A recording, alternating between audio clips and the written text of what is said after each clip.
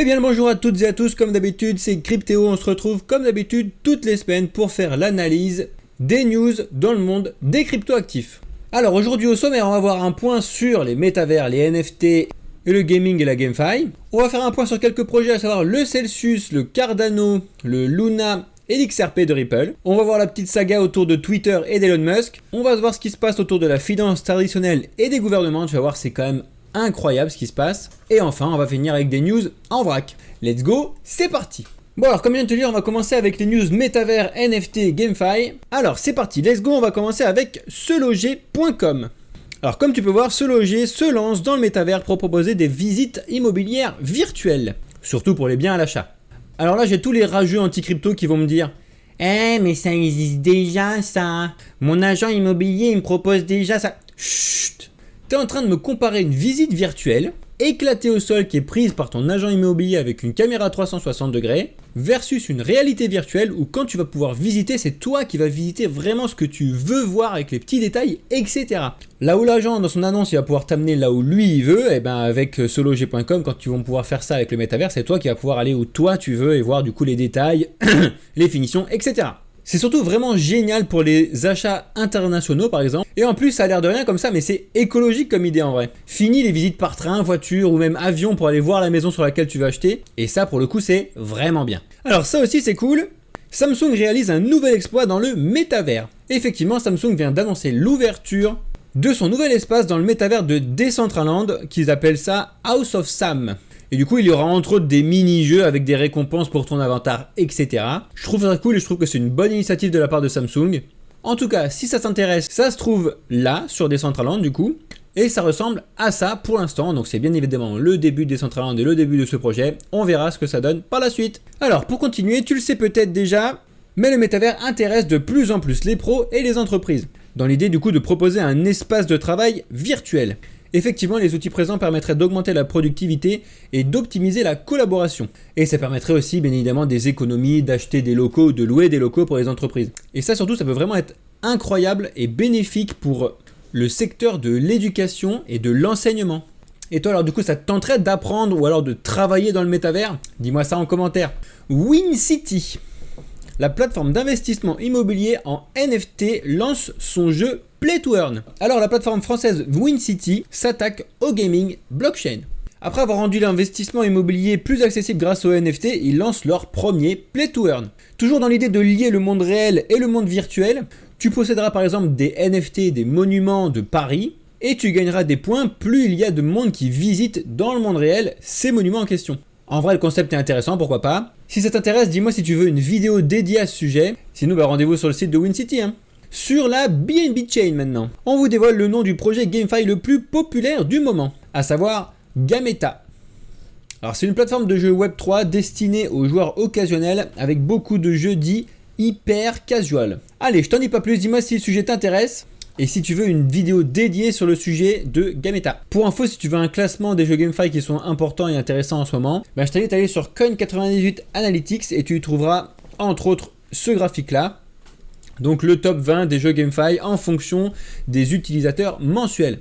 Ah, alors ça pour les nostalgiques ça devrait t'intéresser. Parce que si tu as entre 25 et 35 ans, tu as forcément entendu parler de Sega. Et ben ils envisagent enfin de créer un jeu et un projet sur le Web3. Alors ce sera apparemment un jeu de cartes à collectionner comme on en fait beaucoup en ce moment. J'ai hâte de voir ce que ça pourra donner et je vous tiendrai au courant de tout ça. Alors comme tu le sais, les projets de Doge et de Shiba en ont complètement marre d'être considérés comme des shitcoins. Donc du coup tous les deux ils montent des projets dans le Web3 et dans les métavers pour proposer leurs propres jeux, leurs propres play to earn, etc. Et par exemple pour Shiba, c'est l'approche du projet de Shiba Eternity, tout comme c'est le projet de Tamadoge pour le Doge.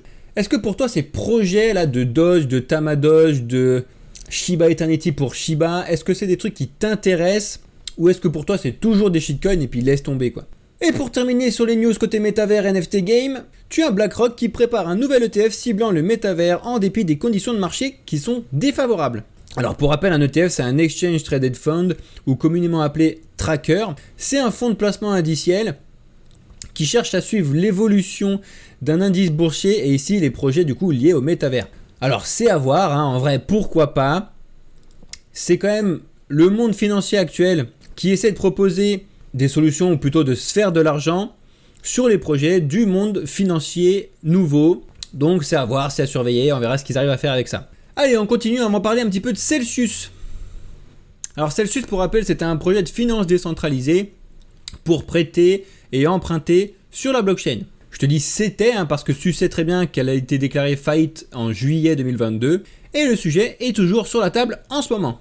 Par exemple, regarde, on apprend que le fondateur aurait retiré 10 millions de dollars avant l'effondrement. Le capitaine aurait quitté le navire avant les matelots apparemment. En gros, le souci c'est qu'il savait à l'avance potentiellement que son projet il était éclaté au sol et qu'il y avait des failles et qu'il y avait des problèmes. Et qu'au lieu de bosser pour réparer le trou qu'il y avait dans le navire, du coup il s'est dit tiens je vais me barrer avec mon petit parachute doré. Par contre regarde, heureusement, on vient d'apprendre que les clients n'auront pas besoin de rembourser leurs emprunts. Encore heureux parce que déjà que c'est une galère pour eux de pouvoir récupérer le fonds qu'ils ont placé sur Celsius, il manquerait plus qu'ils soient obligés de rembourser des prêts, n'importe où c'est une catastrophe. Bref, en tout cas c'est un bon rappel pour vous dire que les fonds que vous déposez sur ce type de plateforme ne sont pas à vous, ne sont pas entièrement à vous. C'est un peu comme si vous leur donniez le droit de conserver vos actifs du coup, comme ta banque aujourd'hui en fait. Car si vous croyez encore que votre argent est parfaitement en sécurité dans votre banque, vous vous mettez carrément le doigt dans l'œil les gars. Allez discuter 2 secondes avec des Libanais par exemple, et vous allez rigoler 5 minutes.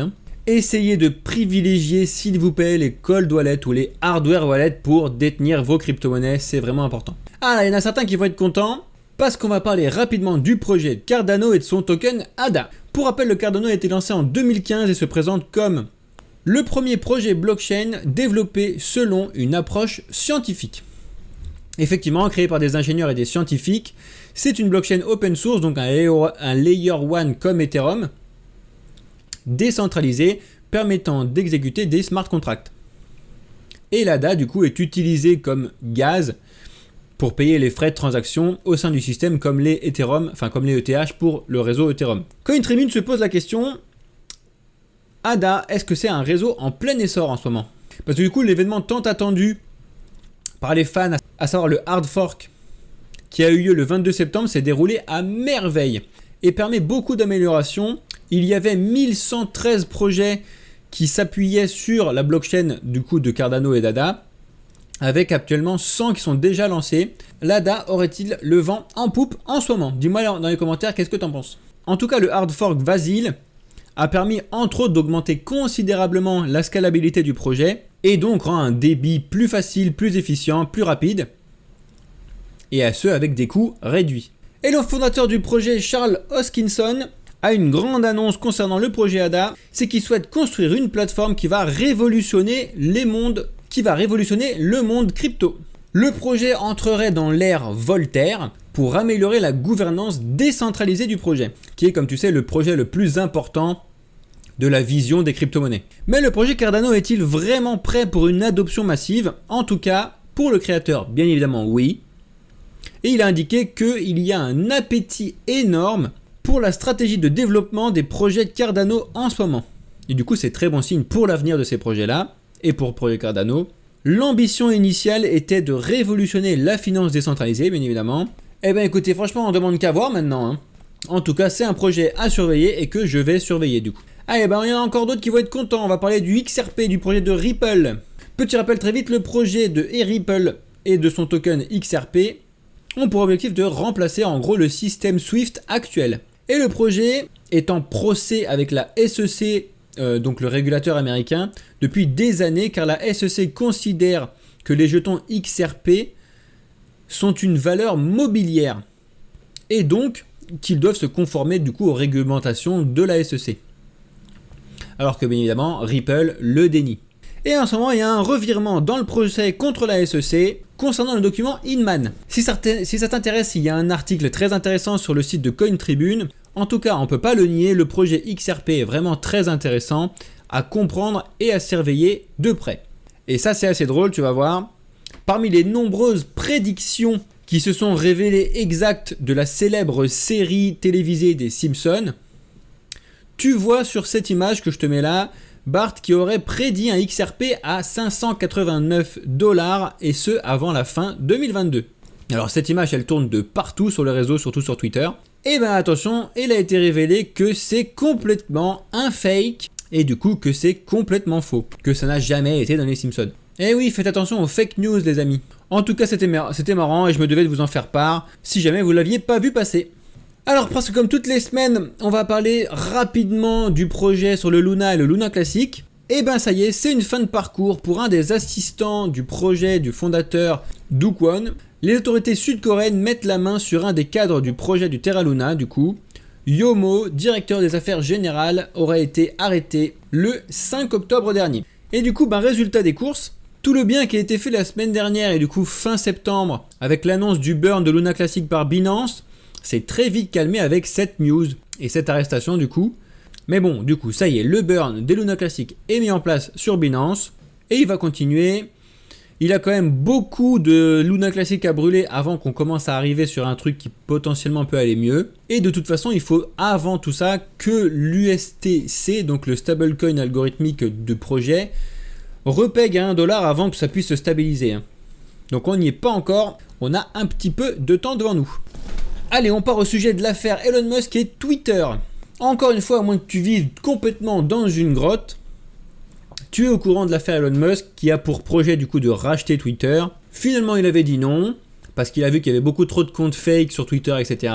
Et ben en fait, il fait volte-face et le rachat de Twitter est de nouveau prévu. Du coup, au prix qui avait été convenu avant, donc à savoir 54,20$ l'action, qui représente un rachat de 44 milliards de dollars. C'est pas le petit achat, hein. Et c'est entre autres grâce à son projet du coup d'entreprise X.com qui va pouvoir racheter ce projet. Et son projet d'X.com, c'est ce qu'il qualifie d'Everything App, l'app où tout est possible. Et ça c'est assez drôle, les utilisateurs de Twitter devront-ils bientôt acheter du Doge pour tweeter? Car on le sait bien, Elon Musk veut blockchainiser Twitter, hein, ça on le sait, et en plus de ça tu sais aussi qu'il aime bien le projet et la blague que représente le Dogecoin. Son idée est de faire payer en Doge tous les tweets pour pouvoir empêcher, selon lui, les scammers de pouvoir envoyer trop de messages d'un coup. Par contre, il faut bien évidemment que le prix soit ridicule et tout petit pour que ça puisse ne pas impacter les vrais utilisateurs de Twitter. Donc il y a un juste milieu qui doit être trouvé. Que penses-tu de cette idée? Est-ce que toi tu utilises Twitter déjà? Oublie pas d'aller suivre mon Twitter que tu peux retrouver dans la barre de description de la vidéo YouTube. Ça me ferait super plaisir et tu vois, je te mettrai des news un petit peu tous les jours. Ou alors serait-ce plutôt Bitcoin qui entre grâce au réseau de Lightning Network qui servirait mieux à Twitter et du coup de convertir Twitter au Bitcoin. Ça permettrait mieux d'adopter en masse le Bitcoin, en tout cas, why not, on verra. Allez, là on s'attaque aux choses sérieuses et aux gros poissons, les news en sujet avec la finance et les gouvernements. On commence directement avec la news la plus choquante de toutes, enfin c'est mon avis. Le ministère de l'économie a demandé l'accès au solde de tous les comptes bancaires des Français. Et pourquoi pas directement leur envoyer nos excréments, comme ça ils sauront exactement ce qu'on mange. Ou encore directement go les appeler maître, hein. Que voulez-vous maître? S'il vous plaît maître. Non mais sérieux, on est où là? On va où? L'État veut tout savoir de nous et ils vont y arriver si tu te laisses faire. Alors je dis tu, parce que moi non, j'ai déjà adopté un système décentralisé bien mieux, à savoir les crypto-monnaies. Sans rire, le besoin de décentralisation n'a jamais été aussi haut. S'il vous plaît, informez-vous sur ce que c'est que les crypto-actifs, les crypto-monnaies, le Bitcoin, car là sinon on va vraiment droit dans le mur. Et regarde, grosse blague, la Banque centrale a demandé à Amazon de les aider pour leur création de leur monnaie numérique de banque centrale, leur MNBC. Heureusement ils sont en train de les recaler, mais bon bref. Si ça t'intéresse, je t'ai fait des vidéos à ce sujet sur mon Insta et sur mon TikTok, dont les liens sont dans la description de la vidéo. Et regarde, encore une incroyable idée, taxer Bitcoin et les crypto-monnaies grâce à la blockchain. C'est vraiment un comble pour la blockchain, qui se bat pour être décentralisée et avoir une liberté, comme Satoshi Nakamoto quand il a créé le Bitcoin, hein, comme il l'avait prévu. Parce que n'oubliez pas, je le dis tout le temps, pourquoi pas une régulation ? À la rigueur, pourquoi pas, mais il faut que ce soit fait de façon saine. Et surtout, ne pas toucher à notre liberté, quoi. C'est encore le résultat d'imposer à tous le truc où seulement 0,00001% est un problème. Imposer à tout le monde pour les bêtises d'une seule personne. Bref, c'est une catastrophe. Bon alors, ça y est, tu l'as vu, hein. Le Conseil de l'Union Européenne adopte la réglementation MiCA entrée en application prévue pour 2024. Il reste encore bien évidemment le Parlement européen pour que l'adoption soit vraiment faite en 2024. Donc on se donne rendez-vous le 12 octobre prochain pour voir ce qui se dit et ce qui se passe. En tout cas, attention, parce que Mika plafonne les transactions en stablecoin qui ne seraient pas adossées à l'euro. Eh ben, c'est un très gros frein à l'innovation, ça. Hein. C'est bien, c'est génial. On va une fois de plus être en retard sur les autres, sur les paiements numériques. Merci bien. Après, on s'étonne que les grands esprits et les grands entrepreneurs français se barrent, en fait. Il n'y a pas à s'étonner. Hein. Encore un sujet croustillant, le livret A. Il devrait passer à 3% en février 2023, après être passé déjà à 1% en janvier 2022 et à 2% en juillet 2022. Il continue à l'augmenter pour que vous puissiez déposer plus de sous dessus et que vous continuez à vous faire arnaquer. Et franchement, vous êtes beaucoup à vouloir désespérément vous faire arnaquer par rapport à ces chiffres. Regarde-moi ça. Déjà sur l'annonce de janvier 2022, quand il est passé à 1%, vous avez ajouté 6,25 milliards de dollars sur vos livrets A. Mais what? Et depuis, regarde, c'est dans le vert, hein, le livret A fait que d'augmenter. 3 milliards, 3 milliards, 2 milliards, 1 milliard 37, 1 milliard, 2 milliards 60. Et là, au mois d'août, 4 milliards 5. Sérieusement, vous avez vraiment de meilleures solutions. Essayez de faire un petit peu de recherche là-dessus, quoi. Allez, on passe sur le sujet du Crédit Suisse. Le Crédit Suisse serait-il le Celsius de la finance traditionnelle? Et oui, il n'y a pas que les crypto-monnaies qui sont en difficulté. Le système financier traditionnel n'est pas épargné non plus. Et du coup, face au risque de faillite qui pourrait créer encore une fois un risque systémique, effectivement, les rumeurs de faillite tournent en ce moment au-dessus de la tête du Crédit Suisse. Ce serait en partie lié au Credit Default Swap, donc les CDS. Mais bref, je t'invite à aller regarder l'article sur Cryptost à ce sujet, car si je commence à te parler de finance, même si je connais très très bien ce sujet, je vais commencer à perdre tout le monde. C'est pas le sujet.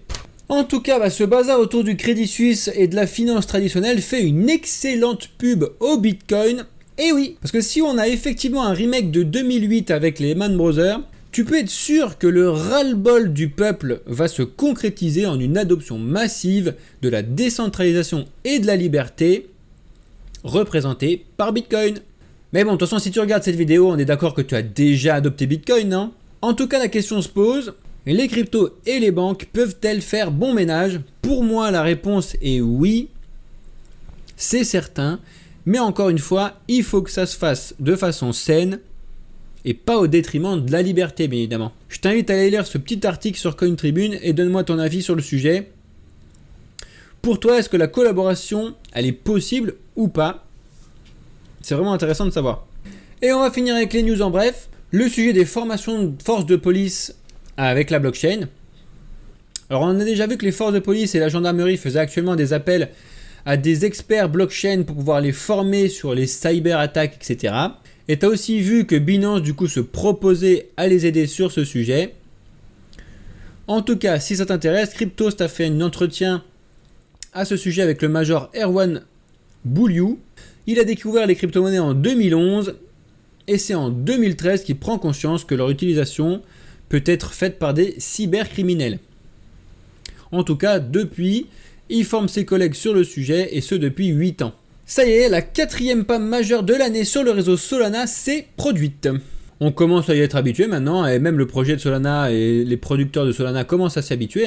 Comme je le dis, à force de trouver des failles et des pannes et surtout de les résoudre, si ça se trouve, à force, le réseau Solana va devenir le meilleur, qui sait. Alors tu as Kim Kardashian qui est condamné à payer 1,6 million de dollars d'amende pour la promotion illégale d'Ethereum Max. Il y a beaucoup de projets pourris comme celui-là qui ont payé très cher des stars pour qu'elles fassent la promotion de leur projet et ensuite créer du coup un faux engouement sur un projet qui est complètement éclaté au sol et après eux ils se barrent avec la caisse. Faites vraiment attention et l'adage crypto tient toujours. Don't trust, verify, à savoir ne crois rien ni personne, vérifie par toi-même. C'est vraiment hyper important, il faut que tu l'adoptes à chaque fois que tu parles des crypto-monnaies. Les influenceurs crypto, coucou c'est moi, sont dans le collimateur de la régulation. Alors je rigole, je déteste complètement ce terme influenceur. Moi, je vous présente et j'essaie au mieux de vous expliquer réellement ce que c'est que les crypto-monnaies et le monde des crypto-actifs. Et après, c'est à vous de voir et vous êtes entièrement libre de pouvoir savoir si vous avez envie de les adopter ou pas. À l'inverse de ce que vous voyez à la télé et à la radio, qui sont ni plus ni moins que de la désinformation manipulée. Voilà, ça c'est dit. Sinon, sur la régulation des influenceurs, je trouve que ça c'est bien, car il y a trop de projets pourris et des arnaques, on est d'accord. Mais encore une fois, je le répète, il faut que ce soit sain et non pas censurer tout le contenu crypto juste parce qu'en fait, tu as une seule personne qui a fait de la fraude. Non. Allez chercher la fraude, oui, mais laissez les autres travailler tranquille, quoi. Voilà, c'était les news crypto de la semaine. Comme d'habitude, lâche un like si tu as aimé la vidéo et un ou plusieurs commentaires aux questions que je t'ai posées sur la vidéo. Et sur les sujets qu'on a évoqués et ceux qui t'intéressent. Et profites-en également si tu as des questions à me poser, je serais ravi d'y répondre. Un grand merci à toi d'ailleurs d'être resté jusque là dans la vidéo, c'est génial. Abonne-toi, mets la cloche. Et on se retrouve la semaine prochaine pour continuer sur les news crypto de la semaine. Allez, ciao!